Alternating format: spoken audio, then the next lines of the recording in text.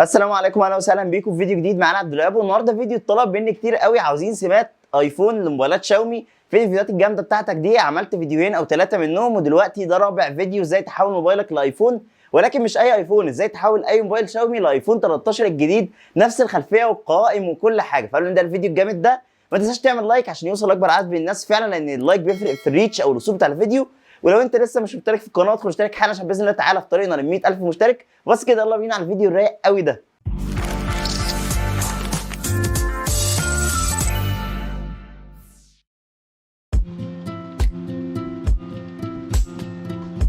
نبدا بقى يا معلم. وطبعا انت عارف الفيديوهات الجامده جدا دي بتبقى مكونه من جزئين. اول جزء بننزل السيم قدامك واقول لك اسم الدوله واسم السيم وكل حاجه، واكتب لك اسم السيم قدامي في الشاشه هنا ما تقلقش. وتاني جزء من الفيديو بوريك السيم على الموبايل نفسه، وبنجرب كل التريكات وكل الحركات والاسرار المخفيه اللي مش اي حد يعرفها الا لما يستخدم السيم ده استخدام مطول، عشان اقول لك عليها وتبقى عارفها كلها وتستخدمها بكل سهوله.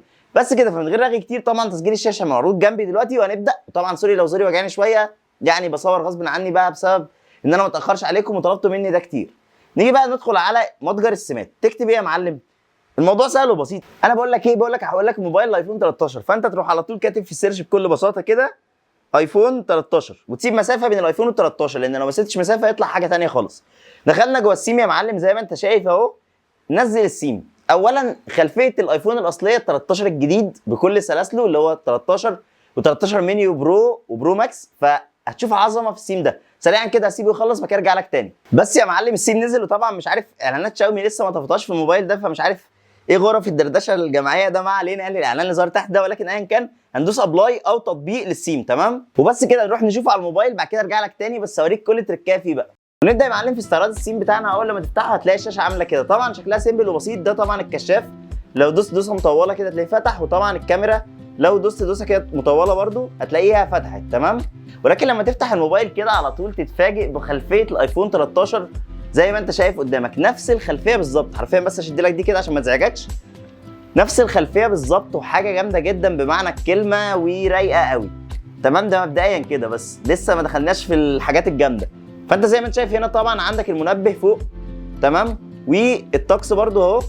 يعني الاثنين بقى خدت بالك من الحته دي، لو دوست فوق كده شويه اهو، بص هنا كده اهو، ركز، لو دوست فوق هنا كده هيفتح لك تظبط المنبه. طب لو دوست تحت سيكه كده بسيطه يفتح لك الطقس ويقول لك ظبط اللوكيشن عشان الطقس والكلام ده كله. تمام، ودي طبعا الاغاني. انا ما عنديش موسيقى على الموبايل هنا، ولكن لو عندك موسيقى على الموبايل هيجيب لك كل الاغاني. نيجي بقى لحاجه ثانيه بعد كده، وهي ايه الحاجات اللي في الجنب دي. نزل بس مركز التحكم الاول، شوف شكله عامل ازاي. تمام، برده مختلف. طبعا الميزه دي اتكلمنا عنها وازاي نضيفها في فيديو هسيبه لك في اللايف اللي فوق دلوقتي. الميزه دي جامده جدا، بتضيف مركز تحكم جديد للموبايل. ولكن المهم نرجع بقى ونتكلم عن الحاجات دي. الحاجات دي ايه يا معلم؟ تقدر تقلب في الخلفيات لكل الخلفيات الايفون اللي انت كنت ممكن تعرفها او حتى سمعت عنها في يوم ما. يعني بص كده، لو عملت كده تمام اهو اتغيرت لخلفيه ثانيه، لو عملت كده اتغيرت لخلفيه ثانيه، لو عملت كده اتغيرت لخلفيه ثانيه. بص كميه خلفيات جامده جدا بقى. يعني بص اهو، اعتقد كل حاجه واضحه قدامك في الموبايل. يعني بص شوف كميه خلفيات الايفون بقى كلها. وفي العلامه دي بتعمل بلور، يعني انا كده كنت عامل بلور، بص كده من غير بلور اهو. وبص كده لما اعمل كده عملت بلور، او اللي هي الخلفيه بقت مزغلله. فكل دي طبعا مميزات. ممكن نقلل الاضاءه شويه برده عشان الصوره تبان اوضح. مش عارف هتبان عندك اوضح كده ولا لا، ولكن اعتقد كده احسن لك يعني. المهم فايه، فكل الحاجات دي تقدر تبان بكل سهوله. وبرده اهو بص الخلفيات متنوعه بشكل كبير جدا. يعني الصراحه جامده. لا نعلي الاضاءه شويه المهم يعني. وبرده موضوع العزل ده في ناس بتحبه والناس لا، انا ما بحبوش عامه. بحب اسيب الخلفيه نفسها. طبعا اكتر خلفيه عجباني وجايب لك كل خلفيات الايفون المشهوره طبعا، سواء سلسله ال 12 او سلسله ال 13 الجديده. فانا شايف افضل خلفيه صراحه هي الترند بتاعت الايفون الجديد اللي هي دي. بص هنوصل لها اهي، هي الخلفيه دي صراحه روشه جدا ومخليه الموبايل حاجه ثانيه. دي نقطه. تاني نقطه بقى يا معلم، نيجي ايه ندخل على الاعدادات. هتلاقي الاعدادات بالشكل الجديد. تمام، طبعا الموبايل زي ما انت شايف الشكل عامل ازاي. فبص اهو اقربها لك اكتر عشان تاخد بالك. شايف السيتنج بالشكل الجديد عامله ازاي؟ الصراحه روشه قوي وشكلها روش جدا يعني. فزي ما انت شايف يعتبر بيحاول يقرب من الايفون ويحاكي شكل قوائم الايفون بالظبط. طب واحد يقول لي طب دولت شكلهم مضايقني، انا مش عاجبني شكلهم ومضايقني قوي، اعمل ايه؟ الموضوع سهل، تدوس علامه الخروج دي هتخرج منهم. طب واحد يقول لي لا، طب انا كده مش هعرف ابدل الخلفيات اللي ورا. الموضوع سهل، دوس دوسين كده هيجوا تاني. فالموضوع بسيط جدا يعني. بص دي شلتها اهو من علامه الغلط دي، وبص اهو هقرب لك تاني عشان تاخد بالك. بص هدوس دوستين كده بس اهم جم تاني، ومن علامه الغلط دي بعمل خروج ان انا اخرج لو مش عاوزهم يزعجوني. فالموضوع سلس جدا، والسيم الصراحه رايق قوي. مركز تحكم او الاشعارات برده رايقه تمام وشكلها حلو كده.